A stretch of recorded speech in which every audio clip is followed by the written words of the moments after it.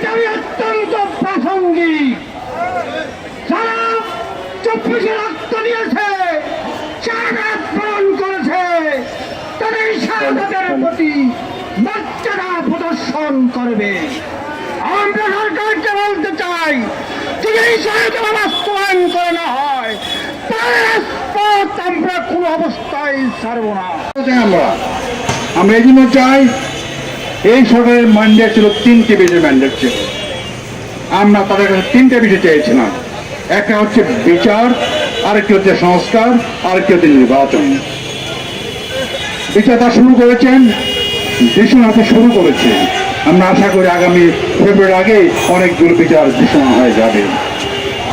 আর সংস্কার তারা কাজ শুরু করেছেন, তারা কমিশন গঠন করেছেন, ঐক্যমত্যের মিটিং হয়েছে, অনেকগুলো আলোচনা হয়েছে। আলোচনায় আমরা কিছু বিষয়ে একমত হয়েছি, কিছু বিষয় বিভিন্ন সময় একমত হয়েছি। যে আমরা চাই এই বিষয়গুলো এই সময় আমলে বাস্তবায়ন করতে হবে, যে আমার দাবি। আগামী সরকার যারা আসবেন তারা এই ভিত্তিতেই গঠিত হবে এবং এর ভিত্তিতে নর্মাল কার্যক্রম পরিচালনা করার জন্য করবে। আগামী সরকারের কাজ নয় নতুন করে সংস্কারের কাজ করা। আমরা চাই দেশকে পরিচালনা করার জন্য এই সরকার ঘোষিত নির্ধারিত জুলাই সনদ 2025-এর আইনি ভিত্তি প্রদান করতে হবে।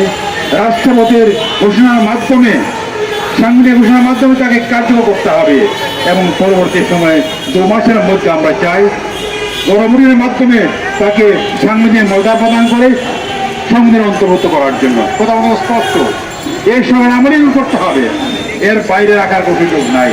আগামী সনদ আসবে, কারা আসবে না আসবে আমরা জানি না, তবে তারা এই ডিলে করার যে প্রক্রিয়া গ্রহণ করছেন আমরা সমর্থন করি না। আমরা চাই, জনগণ চাই, আপনারা দেখেছেন দেশ তৈরিকৃত হয়েছে, এর মধ্যে জনগণ চাচ্ছে, প্রায় 90% জনগণ চাচ্ছে এই সরকারের আমলে এই জুলাই সনদ বাস্তবায়ন করা শুরু হোক। আমরা এটা চাই, জনগণের পক্ষ থেকে আমরা দাবি জানিয়েছি, এটা অবিলম্ব বাস্তবায়নের ব্যবস্থা করতে হবে, এই বিলম্ব করার কোনো সুযোগ নাই। দ্বিতীয় হচ্ছে নির্বাচনের যে প্রশ্ন আসছে, নির্বাচন আমরা চাই 2025-26-এর ফেব্রুয়ারির মধ্যে করতে হবে। এই নির্বাচন যেন তার পর হবে না, আমরা জেনেছেন বিষয় বলেছি, আমরা যেন তো নির্বাচন আমরা চাই না। আমরা চাই সুস্থ, অবাধ, নিরপেক্ষ নির্বাচন। সবাই মিলে যাতে আমরা, প্রধানমন্ত্রী বলেছেন ইতিহাসের শ্রেষ্ঠ নির্বাচন দেবেন বলছেন, কিন্তু দেওয়ার জন্য ব্যবস্থা করছেন। আইন সভাপতি এখন স্বাভাবিক হয় নাই, পুলিশ বাহিনী কাজ করছে না, দেবেন কি করে আপনি?